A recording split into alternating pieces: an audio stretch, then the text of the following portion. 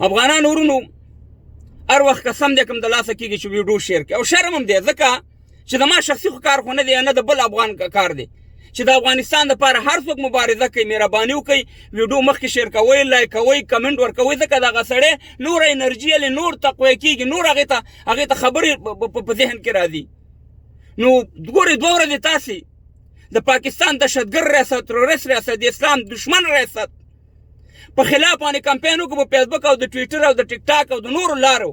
چې پاکستان د ترهګر ریاست په نوم وپېژندل شي او په تور لیست کې واچول شي الحمدلله ستاسې مبارزې رنګ راوړو نن دی که سبا دی پاکستان د ترهګرۍ په لیست کې لویږي په ټوله دنیا باندې وپېژندو چې دا یو ترهګر هېواد دی یو دهشتګرد هېواد دی او د شاه محمد قریشي انټرویو به تاسې اورېدلي چې هغه وایي چې بس افغانانو دا مه کوئ موږ تاسې له ځای درکړی دی هم نه دی راکړی خو موږ سره هم بد کړي دي خدای په قهر ککړ شي خو خبره دا افغانان ورونو چې زه باندې 2 اعلانه کومه یو په انګلند په مانچستر ښار کې انشاءالله مظاهره ده د افغانانو د پاکستان دهشتګرد کونسلګرۍ مخې ته بل د اشرف غني صاحب نه زموږ غوښتنه ده چې جو بایډن یا د امریکې سره دلته ما عکسونه هم لګولي د امریکې سره بیا خبره وکړي ځکه په قطر کې کومه معامله چې شوې هغه د پاکستان او د امریکې ترمنځ شوې او موږ سره دوکه کړې ده نو اول درته د دې مظاهرې ویم چې انشاءالله په 14 تاریخ د 8 میاشتې د جمعې په ورځ د درینیمو نه واړه تر 9 بجو ټیمه پورې په مانچستر ښار کې په انګلند کې د پاکستان دهشتګرد تروریست ریاست مخې ته به افغانان یو پر امنه مظاهره کوي نو ټولو افغانانو باندې زموږ دا غږ دی که په مانچستر کې هستئ که په برمنګم کې هستئ که په لندن کې هستئ که په سکاټلند کې هستئ که په لیډز کې هستئ وطن مور دی د مور خبر هم ده ساعتونه به ډېر نه غواړئ ډایرکټ چې خبرېږي دواره مظاهرې ته راځئ نو په 14 تاریخ 8 میاشت د جمعې په ورځ 2021 کال درینیمو بجو نه واله تر 9 بجو پورې د پاکستان دهشتګرد کونسلګرۍ مخې ته په مانچستر کې به راغونډېږو دلته یې ما دا کس او دغه لګولی راشي بل افغانانو ورونو موږ او تاسې دا غوښتنه ده د ګران اشرف غني صاحب نه چې د خدای لپاره دا معامله ښکاره که کومه معامله چې په قطر کې شوې ده که دا معامله داسې شوي چې زموږ ملي اردو ختموي زموږ نظام ختموي او دا حکومت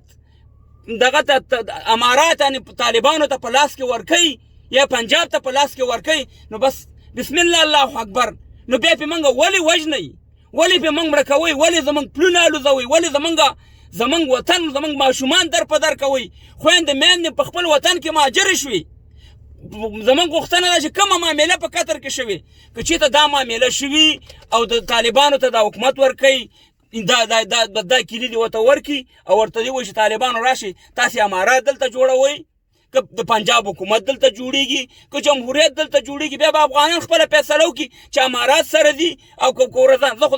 مخکې دا ویلي دي چې قسم په خدای دی چې مړ شم چې د دې 3 رنګه بیرغ نه بل زه په افغانستان په ارګ باندې چې ولګېږي قبول نه کړم دا خو زما خپله فیصله بیا به د هر افغان دغه افغانانو ورونو قسم درته خورم چې هلته معامله شوې ده معامله پاکستان او امریکې کړې ده دا جنگ پاکستان او امریکې روان کړی نو زموږ د خپل رئیس جمهور نه دا سوال دی چې یا ګران رئیس جمهوره سپینې خبرې دی ولس سوکاره امریکې سره دا خبره وکړه که چېرته تا د پاکستان سره دا خبره کړي او دا حکومت طالبانو ته سپارئ نو بیا مو ولې وژني ولې ملي اردو والا وژل کېږي ولې ولس وژل کېږي ولې طالب وژل کېږي نن سبا په سلو کې 90% طالب د منځه دي هر څومره به اختلاف که ورسره افغانان خو دي نو بیا که بله ورځ دا شی ورته ورسپارئ نو خو د دې نه هم دا ښه ده چې اوس دغه شی د حکومت ته ایستی د افغانستان حکومت ته او هغې طالبانو ته یې په قلا روانې ورکړه چې مونږ خو پوه شو په خپله باندې چې دا معامله نور خو زموږ لیونیان شو خصوصا په خارج کې چې کوم افغانان دي که په هر ملک کې دي قسم په خدای چې اعصاب و تکلیف پیدا کړی داسې نه وایم چې په افغانستان کې خلک دي د هغې زړه نه خوږېږي په هغې باندې سخت دي تنګې تېرېږي خو موږ هم تیری د اعصابو نه خلاص کړي ځکه چې وطن دی روزانه بدبختیانې دي روزانه جنګونه دي روزانه خویندې میندې شرمېږي روزانه ماشومان شهیدانېږي د دې نه دا ښه ده چې سپینې امریکې ته سره دا خبره وکړه چې پاکستان د برطانیا او د امریکې بچی دی د دې د خولې نه نه ولیږي د ټلیفون نه که موږ سره دا معامله پاکستان کوي هم ستا په دې باندې خو مغزه خلاص دي افغانان ورونو چې پاکستان یو غلام هېواد دی د چا غلام دی خو د امریکې د برطانیې غلام دی که نه نو غلام د خپل بادار د اجازت نه بغیر خبرې کولی شي او کار کولی شي. نو دغه امریکا باندې فشار راوړي، برطانیه باندې فشار راوړي، نورو ملکونو باندې چې دغه غلام هېواد د دغه دهشتګر ریاست خلاف مونږ خو دې پې نړۍ کړو، مونږ خو دې تباه او برباد کړو. د خدای لپاره دا معامله اوس طرف ته که اشرف غني صاحب چې کم از کم د افغانان خو د مرګ نه بچ شي که نه، کم از کم زمونږ ملي اردو، کم از کم زمونږ ولس که طالب وي که هر یو افغان چې وي چې هغه خو د دې بدبختۍ دغه شیونه خو چې نه ورانېږي، ولسوالۍ هم ورانې شي، مکتبونه هم وران شو، شفاخانې هم ورانې شي، ښارونه هم اور واخیستو. نو زمونږ د ګران اشرف غني صاحب نه دغه غوښتنه ده چې د امریکې سره خبرې وکړي چې د اصلي معامله په قطر کې کومه شوې ده، صفا خبرې وي اشرف غني صاحب 2 ورځې ژوند دی د خدای په لحاظ باندې.